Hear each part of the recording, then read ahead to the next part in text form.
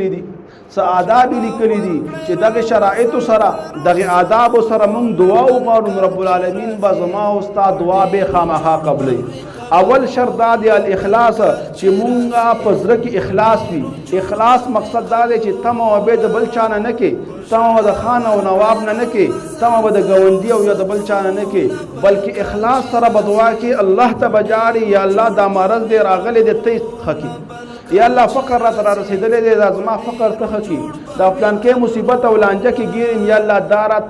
ته حل کی، دا مسلې را ته حل کی او ته می دغه پریشانې نه خلاص کی. نو لومبه شرط په دعا کې هغه اخلاص دی.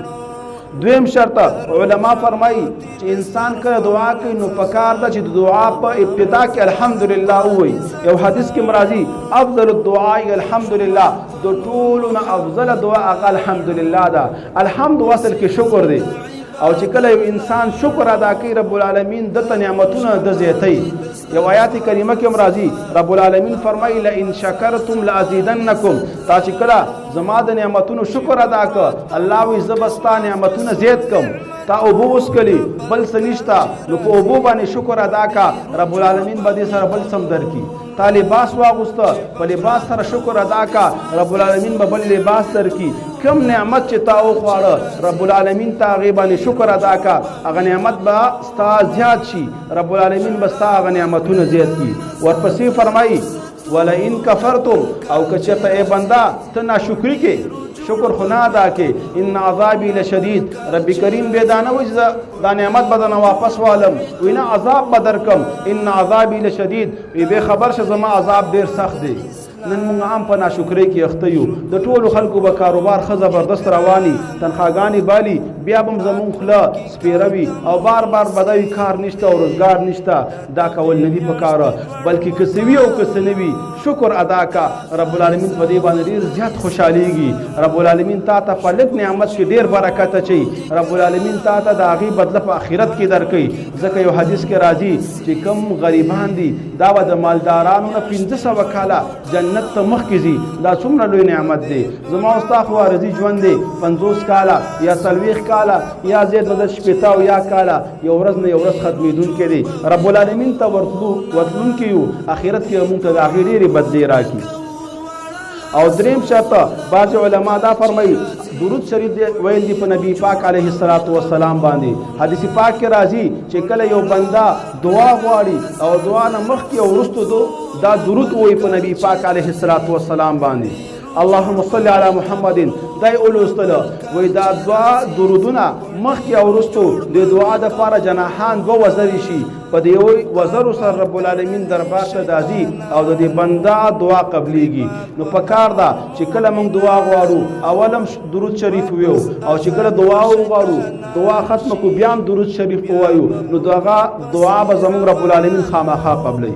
دریم شرط الجزم دی. جزم نه مراد یقین دی. دا با دعا چې کې یقین سره به کې چې الله دا شی ما ته خامخا راکې او زړه کې به یقین چې دا شی ما ته الله یقین راکې. ځکه حدیث قدسی دی رب العالمین فرمایي نبی پاک علیه السلام وایي انا عند ظن عبدی بی. حدیث قدسی هغه دی چې الفاظ د نبی پاک وي لیکن حکم د بره طرف نه وي. الله فرمایلی نبی پاک علیه السلام مونږ ته د رب العالمین هغه وینا را نقل کوي. نبی علیہ السلام فرمایي چې الله فرمایي چې زه بنده سره د بنده د ګمان مطابق معامله کوم، چې دا بنده وي چې الله زما دعا قبلې نو به ورته قبلوما، او که دا بنده وي چې دعا نه قبلې نو به ورته نه قبلوما. لهذا علما فرمایي چې کله دعا غواړي نو په جزم سره به غواړي، په یقین سره به غواړي. رب العالمین نه به دا امید او تمه ساتي چې خامخا زما دعا به قبلې، نو به الله خامخا قبلې. څلورم شرط دا دی الالحاح. الحاح ویل شي نختلو ته. نختلو مقصد دا دی چې الله تبا بار بار سوال کوي، په یو ځل به نه پرېږدي چې نن ماسپښین دی دعا وغوښتله او بس نه، مازدیګر به غواړي، ماسخوتن به غواړي، د شپې که راوچت شي به غواړي، بار بار به دعا غواړي. او الحاح دویم معنا دا ده چې تکرارې به بار بار یو شی به بار بار وي چې الله ما ته مغفرت وکړي، یا الله ما ته مغفرت وکړي، یا الله ما ته مغفرت وکړي، یا الله ما ته هدایت وکړي. نو بار بار یو خبره، نو چې کله بار بار کې نو دا دعا به ستا قبلېږي. پنځم شرط دا دی چې په خوشحالۍ کې به دعا غواړي نو رب العالمین به په پریشانۍ کې تا ته د هغې بدله درکوي. مقصد د دې دا که تا باندې غم یو په خوشحالي الله ته به لاسونه اوچتې. مونږ کې یو بل کار دی چې کله خوشحالي راشي یا مالداري راشي یا واده راشي یا بچی وشي نو بیا زمونږ نه الله ایر شي، بیا مونږه ګناهونو طرف ته او مونږ د الله نافرمانۍ طرف ته توجه شو. نه چې کله ربانې غم یو کو خوشحالي د الله نه دعا غواړه، د الله ذکر کوه. د نبی پاک علیه السلام مبارکې چې کومې طریقې دي هغه په خپل خوشحالۍ کې مراوله، په خپل غم کې مراوله، رب العالمین به تا ته کامیابي درکړي. شپږم شرط دا دی چې دعا کله غواړې نو په مزه مزه یې غواړه. ځکه مخکې آیات کریمه مونږ ولوسته، صحابو تپوس کړو چې رب العالمین مونږ ته نږدې دی چې مونږه نناجي اقریب ربنا فنناجي، زمونږ رب نږدې دی چې مونږ سره مناجات وکړو په مزه مزه یې نه وغواړو. ام بعید فننادي، یا زمونږ رب زمونږ نه لرې دی چې مونږ چغې ووهو. نو رب العالمین وفرمیل چې نه، اذا سألک عبادي عني فإني قریب، وایي زه نږدې یم. نو چې کله نږدې دی نو بیا په مزه مزه دعا غواړئ، په قلاره قلاره دعا غواړئ، په عاجزۍ باندې غواړئ. اووم شرط دا دی الاعتراف بالذنب، په خپلو ګناهونو باندې اعتراف وکړه چې الله زه ډېر ګناهګار یم، ما ډېر ګناهونه کړي دي، لیکن ستا مغفرت او ستا رحم او ستا کرم ډېر زیات دی. یا الله د خپل کرم، د خپل احسان او مهربانۍ د وجې نه زما دا حاجت، زما دا مشکل، زما دا بیماری دا پوره کا او دا مشکل زما حل کا. اتم علما فرمایي چې د قبولیت مکانونه پیژندل پکار دي. بعضی مکان یا بعضی اوقات داسې وي چې په هغې کې دعا قبلیږي، د هغې تفصیل انشاءالله رستو کوو. نهم شرط دا دی چې انسان به عاجزي کې په دعا کې، تضرع به کوي په دعا کې. په یو مقام کې نبی پاک علیه السلام دعا غوښتله، وی دومره وجرله او دومره عاجزي وکړه. یو صحابي فرمایي چې تا به نبی پاک علیه السلام ته کتله نو ستا به پرې رحم وکړه چې زړه به دې پرې مهربانه شو چې دا دومره عاجزي کوي او دومره په خشوع سره او دومره په فقر سره او دومره په تضرع سره د رب العالمین دا دعا غواړي. نو مونږ ته هم پکار دی چې دعا وغواړو، په عاجزۍ سره یې وغواړو. لشم شرط دا دی کثرت اعمال صالحه، چې انسان ډېر نیک اعمالو کې بیا دعا وغواړي نو رب العالمین به د بنده دعا ډېره قبوله کړي. نیک اعمال مطلب دا دی ښایسته اودس وکړي، بیا نفل لمونځ وکړي، د هغې نه مخکې صدقه ورکړي، بیا دعا وغواړي رب العالمین به ستا دعا قبوله کړي. د قرآن تلاوت وکړي، بیا دعا وغواړي رب العالمین به ستا دعا قبوله کړي. او بل شرط دا دی استقبال قبلې ته، مخ کول قبلې ته، او دقه شان رفع الیدین، لاسونه اوچتول الله ته چې په دې کې هم عاجزي ده. او بل شرط دا دی علما فرمایي چې اودس وکړه د دعا نه مخکې چې پاک صفا سوتره شي نو ستا اودس سره به رب العالمین ستا دعاګانې قبولې کړي. او بل شرط دا دی چې انسان کله دعا غواړي نو د خپل ځان نه به شروع کوي. که تا ته بل چا ویلي چې ما ته دعا وغواړه نو اول ځان دپاره دعا غواړه، او په دې کې عاجزي ده چې الله ما ته زما ګناهونه معاف کړي. بیا دې ملګرو چې کوم حاجتونه دي دا خپله پوره کړي د خپلو خزانو نه. دغه شان یو بل شرط دا دی چې هغه ډېر لازمي دی. نبی پاک علیه السلام فرمایي ان یکون المطعم والمشرب والملبس من حلاله، چې د خوراک، د دسکاک او د جامه د پاکو نبی، د حلالو نبی. ځکه چې کله ستا خیره د حرام زی یا ستا جامه د حرام وي یا ته ګټه وټه د حرامونه کې، بیا ستا حج نه قبلیږي، بیا ستا دعا نه قبلیږي، بیا ستا عبادت نه قبلیږي. یو حدیث کې راځي نبی پاک علیه السلام فرمایي یو سړی به یطویل السفر، اوږد سفر به کړی، اشغصا اغبره، ویښته به پراګنده وي، گرد او غبار به پریوتی، جامې به خیرینې وي، دخلونه به هغه بدبویه شوي وي، ډېر زیات به په عمل کې دا ستړی شوي، لرې نه به راغلی حج ته. او چې کله راشي نو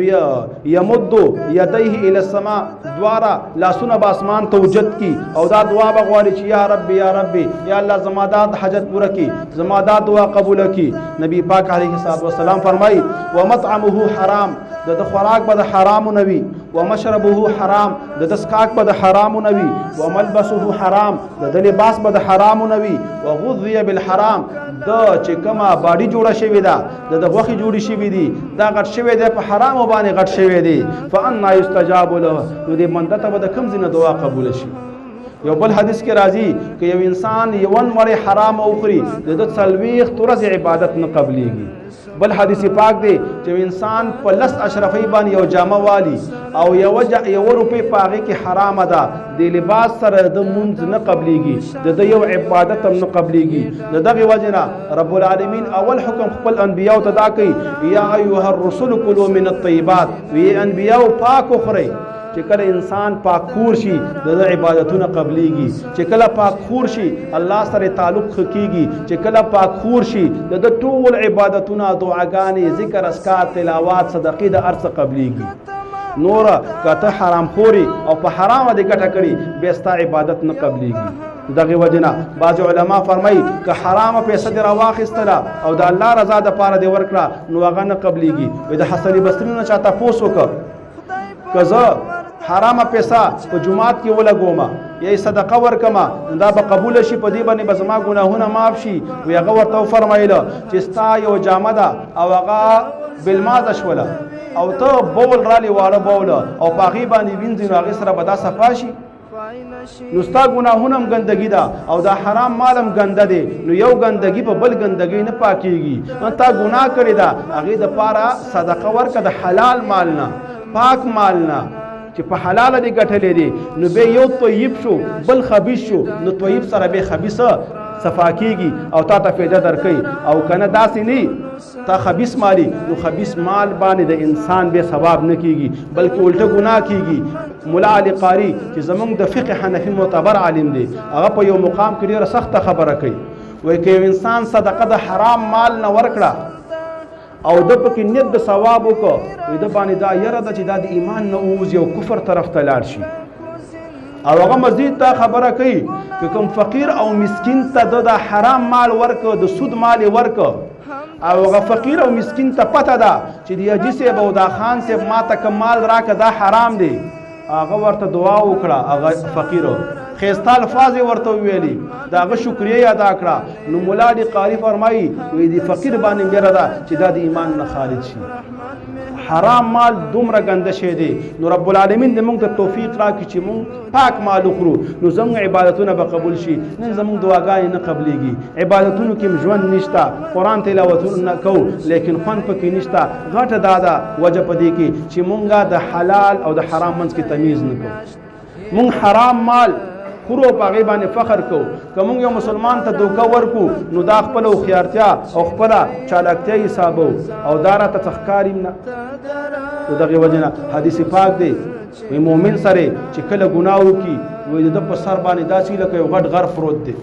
دا ډېر زیات پریشانه وي ډېر زیات خفه وي زړه تنګ وي او منافق سره چې کله ګناه وکړي وایي د دې مثال داسې دی لکه په پوزه باندې مچ ناست والوته نو ایسو نسو نسو شو نه مسلمان با حلال مال خوري رب العالمین ته بنزدې کیږي اخیر شرط دا دی ټیم پوره شوی دی یو 2 منټه د نالما دا به دعا کوي په حضور قلبي سره زړه به حاضر وي حدیث پاک دی نبی پاک علیه الصلوۃ والسلام فرمایي چې الله پاک د غافل سری دعا نه قبلي غافل سره هغه دی چې رو جماعتي کې خناس ته لاسونه اوچت کړی دي او سوچ په ترکاینو کې ګرځي الکه ودا کجوري دی خوا کېده او پکوړې اخوا کېده نه ورکه ده الله ته د لاسونو اوچت کړي دي عظیم ذات دی لوی مرتبه والا دی اخو عظیم بادشاه دی ته د یو بادشاه ملاقات ته لاړ شه اول ته به په دروازو کې یا په خوراکونو کې ته نظر بندوه نو بادشاه به وایي دا څومره کمعقل سړی دی نو موږ عظیم بادشاه ته لاسونه اوچت کړي دي او بیا موږ پکوړو ته ګورو موږ سالنو ته ګورو او چاته وایي چې اخوا شه او چاته وایي دی خوا شه یا په جومات کې د لاسونه اوچت کړي دي او ته پکې پکې شماري یا ټیلونه شماري یا ټیلونو ته ګوري یا دعا کې او سوچ دی په کور کې وي نو الله رب العزت د غافل بنده او د غافل زړه والا دعا نه قبلي او اخیره کې د ټولو نه بهتره خبره دا ده چې کله دعا غواړئ نو عامه دعا غواړئ عامه دعا غواړئ حدیث پاک کې راځي وی بخیل سره هغه دی چې هغه په دعا کې بخل کې مخکې مې درته ویلي په دې کې بغیر فایده دا وشي علما فرمایي چې کله ته عام مسلمانان ته دعا غواړي او لاسونه دې اوچت کړل چې یا الله ما ته مغفرت وکړي او ټولو مسلمانانو ته مغفرت وکړي که هغه مړه دي او که ژوندي دي که تیر شوي دي او که را روان دي نو حدیث پاک دی چې د دې هر بنده په سر به تا ته یوه نیکي ولیکلی شي څومره مسلمانان په دې دنیا کې نن ژوند دي څومره وفات شوي دي څومره تیر شوي دي او بیا څومره را روان دي دا څومره عظیم مقدار شو نو موږ ته به رب العالمین د هر بنده په سر باندې یو نیکي لیکي لهذا چې کلم دعا کوي نو دعا عام مسلمانانو ته کوي مړو ته هم کوي ژوندو ته هم کوي انسانانو ته هم کوي او دغه شان ښځو او سرو دوارو ته کوي تیر شو ته هم کوي او را روانو ته هم کوي بیت اوقات داسې دي چې په هغې کې دعا قبلیږي دوه پکې ویمه چې دا متعلق دي د روژې سره یو لیلة القدر په شپې باندې څوک دعا وغواړي الله یې قبلوي او دویم حدیث پاک دی چې څوک دعا وغواړي د روژه ماتي په وخت کې هغې قبلیږي او دریم چې د پښمني په وخت کې څوک پورته شو او دعا یې وغوښته رب العالمین د هغه دعا قبلوي پښتنو به پخوا یو خبره کوله وایي د کم مصیبت او د لانجې په منځ کې چې شپه د هغې نه مه یېرېږه د هغې دا خبره نه وه چې د شپې به خوب وکړمه نه د شپې به الله ته راوچت شمه د الله نه به سوال وکړمه د الله ته به خپل حاجت پیش کړم رب العالمین به زما مشکل حل کړي او یو حدیث هم دی رب العالمین فرمایي چې رب العالمین د دنیا اسمان ته راکوشي په دې آخري حصې د شپې کې او رب العالمین اعلان کوي نبی پاک علیه الصلاة والسلام فرمایي چې څوک شته حاجتمند چې حاجت زما نه وغواړي چې زه ورته حاجت پوره کړم څوک شته کم حاجت غوښتون کې چې کم حاجت زمانه وغواړي چې هغه ته زه حاجت ورکما حاجت قبول کما هغه مسله حل کما نو موږ او تاسو ته پکار دي چې موږ دعاګانې وغواړو دعاګانو کې ځان مشغوله کو رمضان یو که غیر رمضاني که منځ کو که تلاوت کو خاصتا موږ 15 وخت جمعات ته راځو پکار چې کله منځ شي ذکر اذکار کو درود شریف به الله ته لاسونه اوچت کو او یو حدیث دی که څوک خپل والدینو ته چې وفات شوي غواړي چې تحفه ورولېږي نو بهترینه تحفه هغه دعا ده خپل والدین چې زما استاد لپاره ډېر محنتونه کړي دي ما ته یې په ډېر مشقت او په تکلیف باندې لوی کړي اوس دور خو لږه اسانتیا شوه د مشرانو نه که تپوس وکړي او 40 کاله مخکې لږ سوچ یوسئ نو ډېر تکلیف د مشرانو تېر کړی نو خپلو مشرانو ته دعاګانې کول پکار دي محلې کې کم بیمار وي هغې ته دعا کول پکار دي او نور تاسو ته ما ویلې عامه دعا ټولو مسلمانانو ته کول پکار دي که هغه مړي که ژوندي که تېر شوي دي او که روان دي رب العالمین دې په دې خبرو باندې عمل کول توفیق راکړي یو دعا وکړي د وبا باره کې اللهم ربنا آتنا فی الدنیا حسنه وفي الاخرة حسنه وقنا عذاب النار رب العالمین زموږ ګناهونه موږ ته معاف کړي زموږ دعاګانې قبول کړي زموږ عبادات قبول کړي الہ العالمین دا کم وبا او دا کم مصیبت او دا کرونا وایرس راغلی یا الله دا د امت مسلمانو لرې کړي رب العالمین دا بیماری او دا کرونا وایرس د امت مسلمه د پاره د مغفرت سبب وګرځي